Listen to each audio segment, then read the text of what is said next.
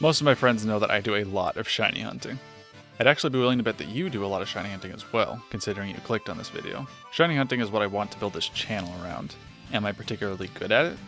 I'd like to think so.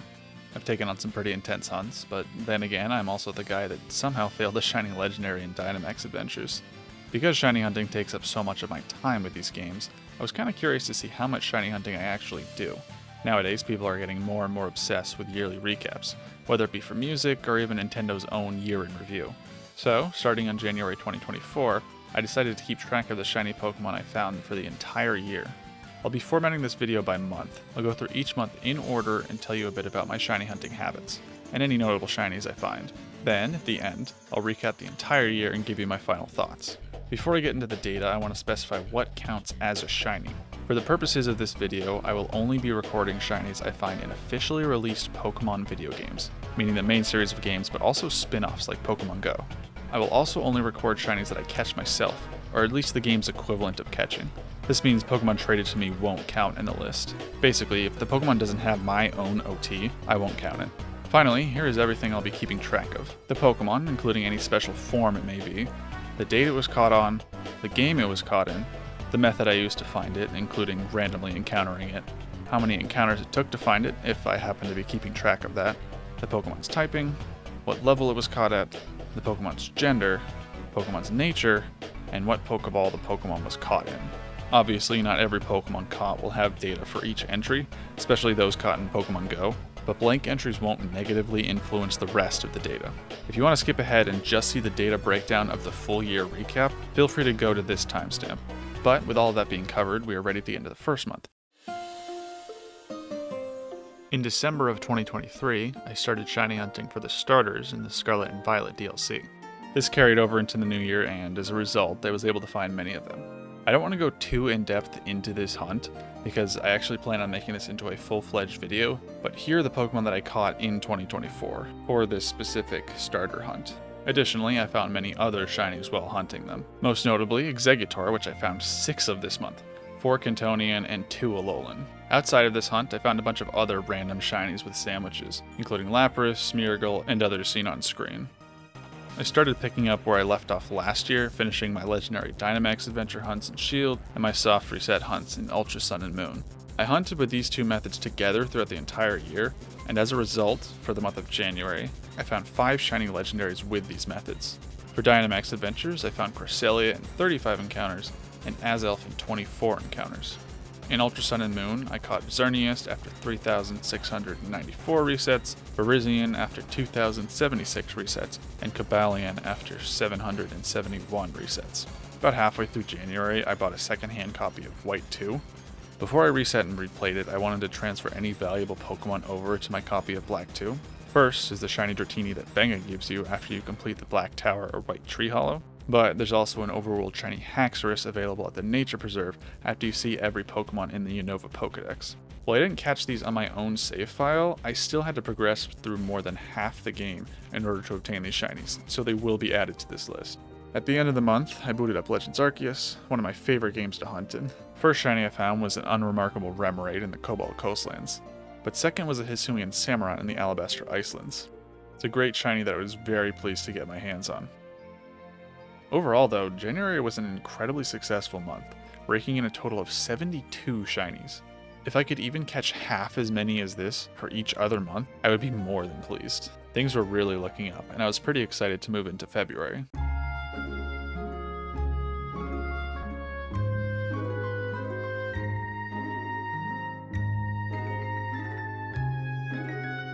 February picked up right where I left off. After coming off shiny Cobalion and Vermillion in January, it only made sense to go for Terrakion to complete the shiny Swords of Justice. Around this time, I decided to set a goal for myself. I wanted to obtain every single shiny legendary available via Ultra Warp Ride and Dynamax adventures. In addition, I wanted to find, on average, 1 shiny per day. In other words, I wanted 366 shiny Pokemon by the end of the year. It was a tall order, but at this rate, it was more than achievable. The Ultra Sun and Moon soft reset hunts I completed in February were Terrakion in 1,365 encounters, Regice in 878 encounters, Regirock in 2,271 encounters, and Registeel in 697 encounters. Regice was a pretty concerning hunt, but I was shocked at how immediately I noticed the shiny. Dual resetting on two 3DSs was helpful for both encounters, but also comparing the different colorations. As I looked for these potential soft reset hunts, I found many shinies via Ultra Warp Ride. This was a pretty cool method because not only was it good at finding shinies, but it was honestly really fun. Definitely one of my favorites from these games. Throughout the entire month, I was hunting for Tornadus and Dynamax adventures, which I finally got after 210 runs. Due to the nature of this long hunt, I was able to get many other shinies along the way, those being Exploud, Fracture, Heatmore, and Armaldo. In Pokemon Go, there was a special Sinnoh tour going on in February, and we could encounter some legendary/mythical Pokemon by completing research. As a result, I was lucky enough to encounter and catch a shiny Darkrai. I generally don't value Go shinies that highly, but a shiny mythical is nothing to scoff at. February offered a more realistic look in terms of what shiny hunting could be this year. I did a ton of shiny hunting in January, so 20 shinies in a month would likely be more on par with how I would passively hunt. I would need to step it up a bit if I wanted to stay on pace with one shiny per day.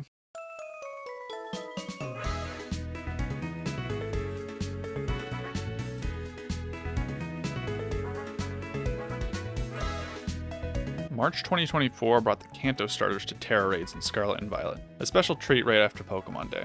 While the bosses themselves can't be shiny, I would often catch a shiny Pokemon to challenge them with. For Venusaur, I caught a shiny Chespin, and for Blastoise, I caught a shiny Gallade. I didn't end up catching a new shiny to take on Charizard, but instead used my raid-ready Florges. I then switched over to Legends Arceus. Some notable catches from this month include Gliscor, Ursaring, 2 Tangrowth, and an Alpha Apom. I had gotten really good at routing through each area to check alpha spawns, rare encounters, and shaking trees. Legends Arceus was such a fun and unique shiny hunting experience, and I have big hopes for Legends EA, both for shiny hunting and as a full game. Many 3DS and Wii U fans may recall that on April 8th, 2024, all online connectivity would be terminated for the two systems. While Pokemon Bank and Poketransporter was still active, other functions, including online trading and the GTS, would no longer work. It also meant that we would no longer be able to connect with people online to complete the Friend Safari in X and Y. For those of you who don't know, the Friend Safari worked by taking your friends and assigning them Pokemon that you could encounter based on a certain type. If you friended someone, you could go into their Safari and catch their available Pokemon.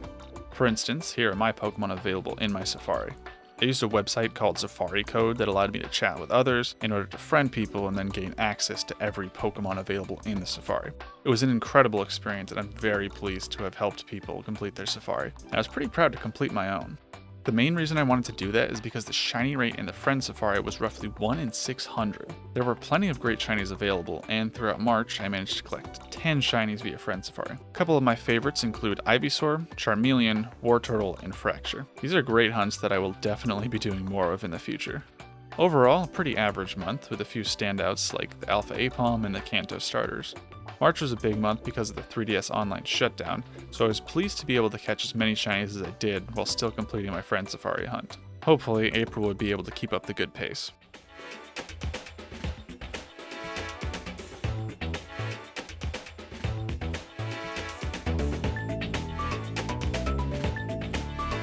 Once the shutdown happened on April 8th, I took a break from Friend Safari hunting, but not before I got another 10 shinies. I continued to go for Mega Evolving Pokemon, including Mawile and Metang, as well as some of my favorite shinies like Pupitar and Boldore. I moved back into hunting in Legends Arceus, picking up 29 total shinies in the game.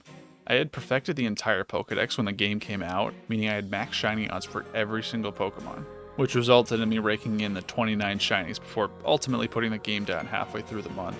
April was able to easily one-up March as I caught 5 Alpha shinies: Mamoswine, Lumineon, Ambipom, Kricketot, and Empoleon.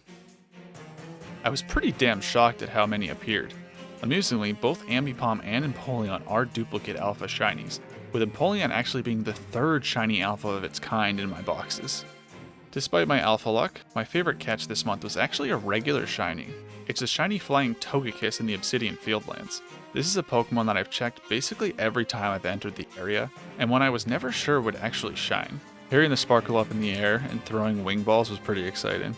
Legends Arceus is so fun to shiny hunt in, and the sparkle sound is a big reason for it. The second half of April was pretty slow. I only caught 2 more shinies, both in Pokemon Go. Spearow, which I randomly found, and Drillbur, which I actually hatched from an egg.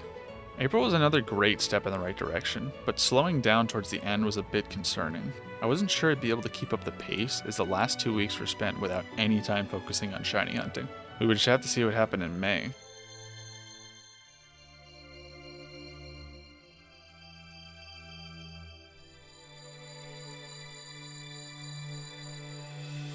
My concern was fully realized in May. I graduated from college and was spending most of my free time on, well, not Pokemon. Obviously, I was a bit preoccupied, but even after graduating and moving back home, I found myself simply not shiny hunting that much. The shiny hunts that I was able to complete can help shed some more light on why this is. I had been meaning to replay Pokemon Ultra Sun. In 2022, I found a shiny Popplio using the Suda method, so I knew I wanted the rest of my team to be shiny as well. The first member of my team was obviously Primarina, which wasn't caught this year, so again, won't be counting on the list. Next is Oricorio, Fomantis, and Alolan Vulpix. I hunted each with SOS chaining, one of my favorite shiny hunting methods. Oricorio took a quick 8 encounters, while Vulpix and Fomantis took 371 and 286 encounters respectively. Then came Zorua. Zorua was a very unexpected hunt. I accidentally killed the Zorua I was initially chaining off, so I needed to try a second time. After healing up, I walked back into the grass and randomly encountered a shiny Zorua, the very one I was planning on hunting. This is the first time that I found a first encounter shiny, if you could even call it that. The final member of my team wouldn't be hunted until I got far enough into the game. Once I got access to the Ultra Warp Ride, I found my way to the Ultra Deep Sea and caught a shiny Nihilego after only 466 encounters. This is a pretty fun playthrough, and it reminded me why I like the Alola region so much. By the end of the month, I also caught 3 shiny Bounsweet from the Pokemon Go Community Day, a Chansey in Go, and a Corsola in Moon, pulling the grand total for May to 10 shinies. With low shiny counts like this, it's hard to get any interesting data. I really needed to step up my game for the next month.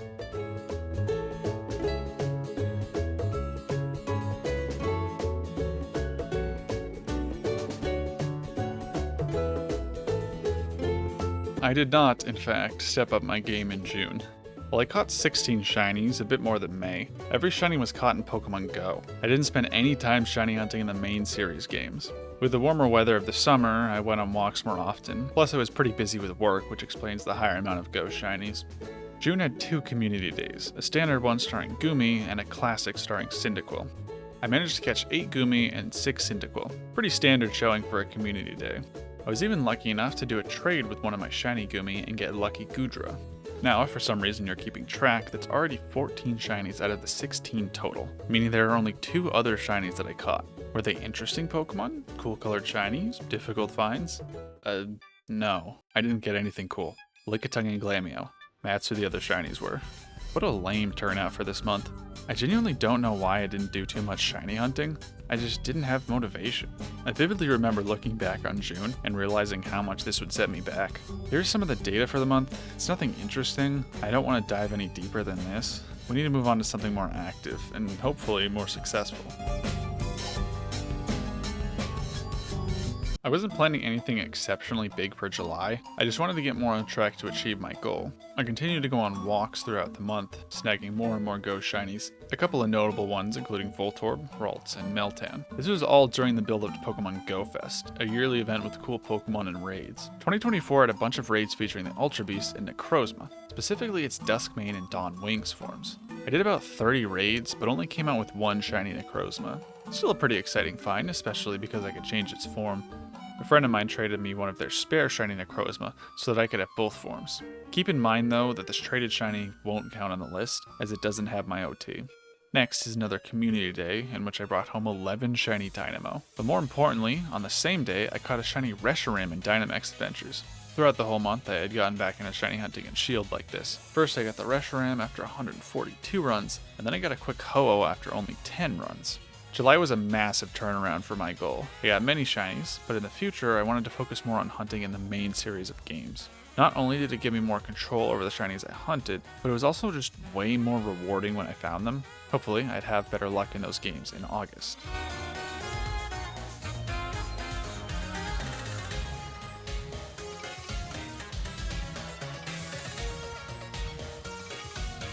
While I wanted less shinies in Go, it didn't mean I wouldn't be hunting in the game, especially when I started the month with a shiny Rayquaza from Raid Day. But it wasn't the only shiny legendary I found from the game, as a week later I managed to get a shiny Shadow Lugia from a Rocket event. And I guess I found a few other shinies in Go, but I was a little distracted with the Lugia to care about the other ones. The luck continued as I switched over to Legends Arceus. Among the other cool finds in the game, I managed to find a shiny Lopunny, Stantler, and Purugly, all of which were Alpha. Legends Arceus has the extra appeal when hunting, because you could also get an extra rare Alpha shiny, which is even more exciting. I also snagged a shiny Unknown Z in the Crimson Mirelands. But again, my luck did not stop there, and I found 2 shiny legendaries in Dynamax Adventures. Zekrom after 87 encounters, and Mesprit after 11 encounters. Plus I picked up Talonflame, Palossand, Lurantis, and Crawdon along the way. While doing Dynamax hunts, I added another Ultra Beast to my collection in the form of shiny Xurkitree, after 1,145 soft resets. Probably one of my favorites from the original 7 Ultra Beasts. Each legendary hunt was under odds, which is always a pleasure. At this pace, I was pretty optimistic that I could get every shiny legend in Ultra Sun and Moon by the end of the year. To end this month's recap, I wanted to mention the 11 Beldum and 5 Popplio I caught in Pokemon Go, both of which were obtained on community days. Looking back, I really cooked this month. Not only finding many shinies, but also interesting shinies. Maybe I could turn this around and reach my goal. All I had to do was keep this pace. With multiple goals in mind, it could definitely be possible.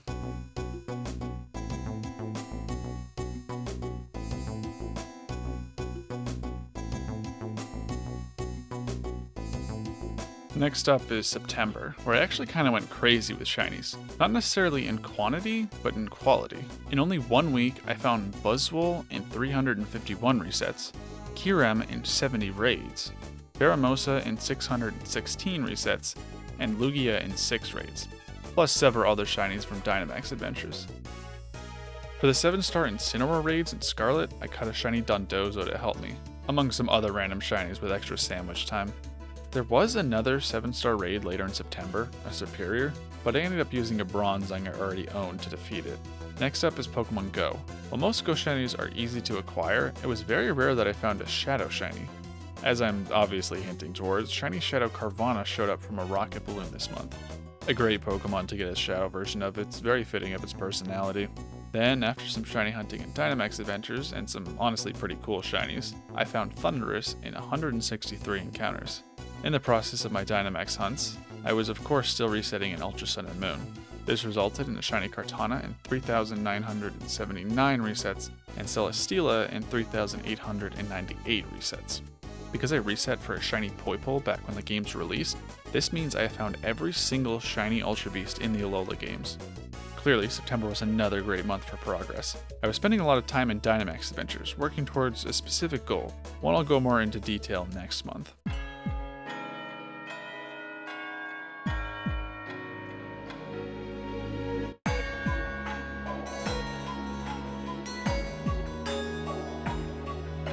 As I had mentioned, I was grinding up Dynamax Adventures trying to get one specific shiny.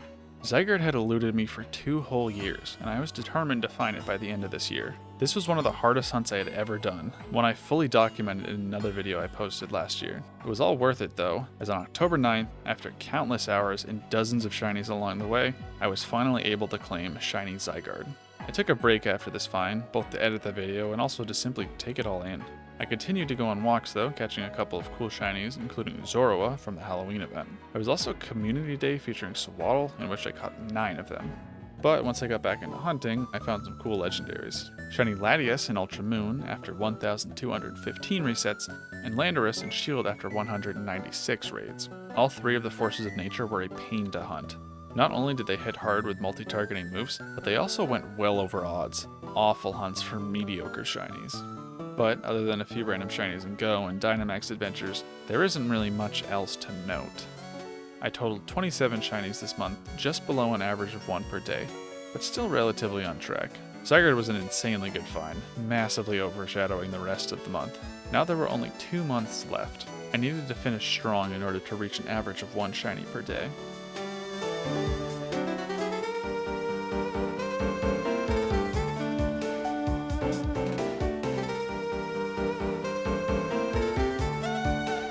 November brought some colder weather, so I wasn't going on walks as often, but I did still get a few shinies in Pokemon Go. A few standouts being Furfrou, Scorpy, and Absol. I also snagged 4 shiny Mankey from the community day halfway through the month. I did another quick trip through Legends Arceus, catching a shiny Infernape and Snorlax. Finding these in the wild were no easy feat, and I happily added them to my Legends Living Dex. To take on the 7-star Torterra raid this month, I hopped over to Scarlet to hunt a shiny Blossom. Usually for these hunts, I would get the chain to its max odds, which happens at 60 Pokemon defeated. Then, once I did that, I'd make a sandwich.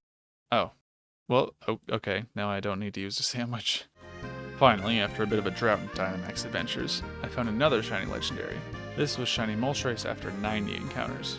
As a result, I had 3 shiny legendaries left to have all of them from Ultra Sun and Moon and Sword and Shield. Zapdos, Articuno, and Latios were the last ones I needed to claim. This all resulted in 17 shinies this month. Overall, November wasn't the best hunting outcome, but given the high shiny counts from older months, it was really up in the air as to whether or not I would get 1 shiny per day. Even a mediocre outcome in December just might be enough to reach the fabled 366 shinies.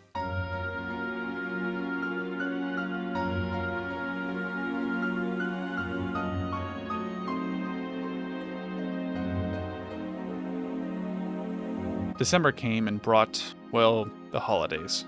I knew I wouldn't be able to get as much done simply due to the nature of this time of year. I still went on walks, albeit much less frequently. Because of this, I only found 5 Go Shinies. None of them were particularly interesting, except Vanillish, which I guess was pretty fitting for the winter months. In December, I randomly decided to return to Pokemon Moon and hunt for a shiny Comfey via SOS chaining. This was a pretty spontaneous hunt. I just had the urge to hunt in these games, and Comfey had a pretty nice shiny. It took me 136 encounters to finally find the shiny Lay.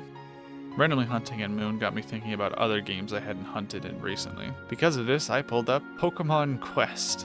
Played this a bit when it came out, but hadn't touched it in quite some time. I didn't plan on sticking around though, and I quickly made some soup and did some runs. It only took a few days of hunting to find a shiny Staryu, a fantastic shiny in a game that I probably won't touch for another 5 years. Lastly, there was one big shiny that I caught this month. Those of you following the Scarlet and Violet raid news probably know what I'm talking about. Shiny Rayquaza was available for a brief time to celebrate its appearance in the Pokemon Horizons anime. The big reason I'm counting this is that Rayquaza was a 5-star raid boss that was catchable. I was the one who threw the ball, it has my OT, and it's my list and I can do whatever the hell I want. Ultimately, I don't plan on doing anything with this shiny, but it was a great find and helped players get a hold of arguably the best shiny legendary. In total, I found 12 shinies in December. Pretty middling, but I'm hoping that some of my better months are able to outweigh my worst ones. But I don't plan on stalling any longer. Let's take a look at the full year recap.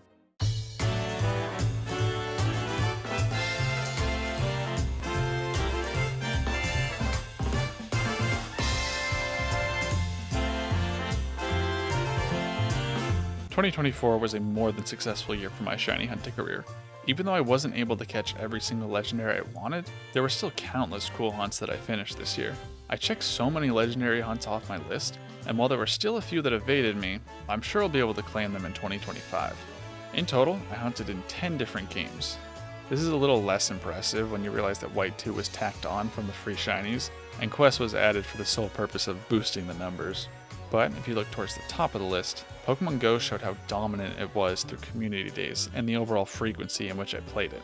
The game made up over 1/3 of all shinies I caught this year. Shield, Scarlet, and Legends Arceus came up with just below half of Go, but still pulled in respectable numbers. An average of 60 shinies in this game is nothing to scoff at. Then, of course, there are my friend Safari hunts in X, and my legendary soft resets in Ultra Sun and Moon. Based on these games, it's pretty evident that I don't usually hunt in the older games with 1 in 8,000 odds. I'm hoping to change that though, as I want to get some more shinies in the Unova games. It's one of my favorite regions and I love the moving sprites, so to have a few shinies there would be very special. The results for shiny hunting methods is pretty similar to the games. I only hunted with Dynamax Adventures and Shield, and only Friend Safari and X. As a result, those numbers obviously match up. The clear winner for methods is Random Encounter, if you could even call it a method. Any Pokemon can appear as a random shiny across any game. My constant use of Go in Legends Arceus led to this result. Speaking of Go, the next most used method were Community Days. Here's a quick look at the Pokemon I got from these. I got 3 shinies from raids, those being Necrozma, Rayquaza, and Shadow Lugia. An incredibly good lineup in my opinion. I don't like calling this a method, but because the shiny rate is increased to roughly 1 in 20, I figured I should still count it. Lastly were the 3 guaranteed shinies: the static shiny Haxorus, the Nature Preserve, the free shiny Dratini from Benga, and the shiny Rayquaza raid event in Scarlet. While I did grab the free shiny Meloetta back in August, since it isn't my OT, it doesn't count. I don't usually value these free shinies very highly, but I'm not dumb enough to turn them down entirely. Now let's look at the actual Pokemon I caught. I caught a total of 251 distinctive Pokemon species, assuming you group regional variants. I'm going to skip over the random Pokemon that I only caught one of and focus more on the interesting Pokemon, and those that I caught many of. With the help of Go, I caught 2 shiny Rayquaza and 2 shiny Lugia. I caught 2 shiny Tangrowth, both of which were actually in the same outbreak. I found 3 Magmar, Lickitung, Crustle, and Onix, all randomly throughout the year. Plus, all in January for my starter hunts, I found 6 shiny Exeggutor, 4 Cantonian, and 2 Alolan. But as for my most caught shiny this year, I wish it was something more interesting, but it's obviously a Community Day Pokemon. Clearly, the winners are Beldum and Tynamo, with 11 each. There's more interesting data when we look at the hunts that I kept track of. I completed 13 legendary hunts in Dynamax Adventures. In order of least to most encounters, I caught Lugia, Ho-Oh, Mesprit, Azelf, Kyurem, Cresselia, Moltres, Zekrom, Zygarde, Reshiram, Thundurus, Landorus, and Tornadus. That averages to roughly 1 per month. I claim the Tower Duo, the Tau Trio, and the Forces of Nature. I'm incredibly pleased with this outcome, and Dynamax Adventures is quickly becoming one of my favorite shiny hunting methods. But there was another big method I used to find shiny legendaries: soft resetting. I caught 14 shiny legendaries in Ultra Sun and Moon by soft resetting. In order from least to most encounters, they were Buzzwole, Nihilego, Paramosa, Registeel, Cobalion, Regice, Xurkitree, Latias, Terrakion, Virizion, Regirock, Xerneas, Celesteela, and Kartana. Way back when the games came out, I said I was going to hunt all the legendaries in this game, so it's great to see this finally coming to fruition. This was another great roster, catching the Swords of Justice, the Regi Trio, and the last of the Ultra Beasts. Speaking of Ultra Beasts, Nihilego was used on my Ultra Sun team, the other members of which I've hunted via SOS chaining. I caught Oricorio after a mere 8 encounters, Fomantis after 286, Alolan Vulpix after 317, and a Comfey, which wasn't used on my team. The last team member was a Pokemon that I barely counted encounters for, the random encounter shiny Zoroa, as I was trying to set the hunt back up. By taking the number of encounters and multiplying it by the odds, like so, we can get this percentage. This number shows us how long the hunt took compared to the odds of finding a shiny, basically telling us how over or under odds the hunt was. The most under odds hunts were Zoroa, Oricorio, Lugia, Ho-Oh, and Mesprit, while the most over odds hunts were Kartana, Celesteela, Xerneas, Tornadus, and Landorus. Now let's move back over to some more general data. The total average level for the entire year is 53.55. This is to be expected. Level 60 is generally the average level for post-game encounters, and that number was lower due to the other miscellaneous Pokemon caught in early game areas. The gender breakdown was pretty even, which is to be expected as well. I assume the only reason there are more males than females is due to the many starter Pokemon I caught. Starters, of course, have a higher probability to be male, which is likely why it came out on top. Most of the non-gendered Pokemon were legendary, but there were a couple of regular genderless Pokemon like Beldum and Hisuian Voltorb. Before we go over typing data, I wanted to mention that these percentages will obviously not add up to 100, as some Pokemon have multiple types, so there will be double entries. The most common type among shinies I caught were Grass, Water, Normal, Psychic, and Fire. The starter types make sense, along with Normal being fairly common, but Psychic wasn't as obvious. I assume it's due to the many Psychic-type legendaries I hunted, along with the Beldum Community Day. The fewest caught types were Fairy, Ice, Ghost, Rock, and Poison.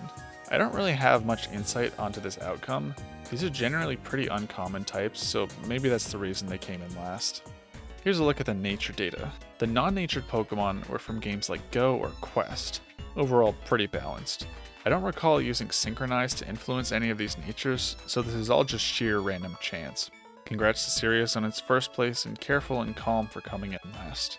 What I find a bit more interesting is this table. Because natures obviously raise and lower stats, I kept track of this and have it all tallied here. Keep in mind that neutral natures technically raise and lower the same stat, so that's reflected in this data. As a result, the most commonly raised stat is Speed, while the most commonly lowered stat is Defense. Therefore, Hasty is technically the most common, or at least the most average nature. Next is the Pokeball distribution. The top 3 balls were obviously the basic balls, heavily influenced by Go, Legends Arceus, and Dynamax Adventures. I used a Pokeball for exactly 100 shinies, which was pretty cool. Next up is a miscellaneous list of special Pokeballs. These were generally used just to match up with the color of the shiny. Permeable came up in the lead of these due to its use in Go and Dynamax Adventures. Towards the end of the list, you see the Beast Ball and various Legends Balls. This is purely due to having less opportunities to use them. Lastly are a few Johto Balls. In modern games, these are pretty difficult to come by, so I use them pretty sparingly. The Safari Ball is used on shiny Scizor, the Fast Ball on shiny Smeargle, and the Love Ball on shiny Alolan Vulpix. Overall, this results in 21 unique Pokeballs being used. For the entire video, I have been focusing on catching 366 shiny Pokemon, for an average of 1 per day. There were ups and downs, so I really wasn't sure what to expect the outcome to be. I didn't want to spoil the result until I had all the data complete at the end of the year. Before I reveal that final value, I want to show off this graph of the number of shinies I caught for each day in 2024. In the early months, I caught many Pokemon, and then towards the summer, it stopped. There were days where I caught 10, there were also weeks where I caught 0. But after everything, after all of my hunting in 2024, I caught 363 Pokemon. I didn't make it. I was 3 short. Okay, I'm gonna stop pretending like this was devastating news. Yeah, I came up short of my goal, but I still walked away with over 300 shiny Pokemon. I completed some hunts that I had been planning for over 5 years. I caught over 30 shiny legendaries. I caught 9 alpha Pokemon, and 2 shadow Pokemon. This is something I should be proud of, and I am. With the low turnout in May and June, I was worried I wouldn't come close, but I did, a mere 3 shinies away. I could inflate the numbers by changing around the rules to allow for traded shinies, but that would feel dishonest. This video wasn't about bragging about my shinies, it's about documenting my experience from last year. I'm incredibly proud of the shinies I found, as well as this entire year-long project. Am I going to do it again? Probably not. I'm pretty burned out from shiny hunting for now, and keeping track of it all was a great deal of work. I don't plan to stop hunting altogether, but rather just take a bit of a break. Legends EA is on the horizon, so hopefully we'll be given some more great shinies to look for. But anyway, I hope you all had a great experience with shiny hunting in 2024. I know I sure did. We have a lot to look forward to in the future, with many unique hunts, and I wish you all the best of luck on all of them. With that being said, I'll catch you in the next hunt.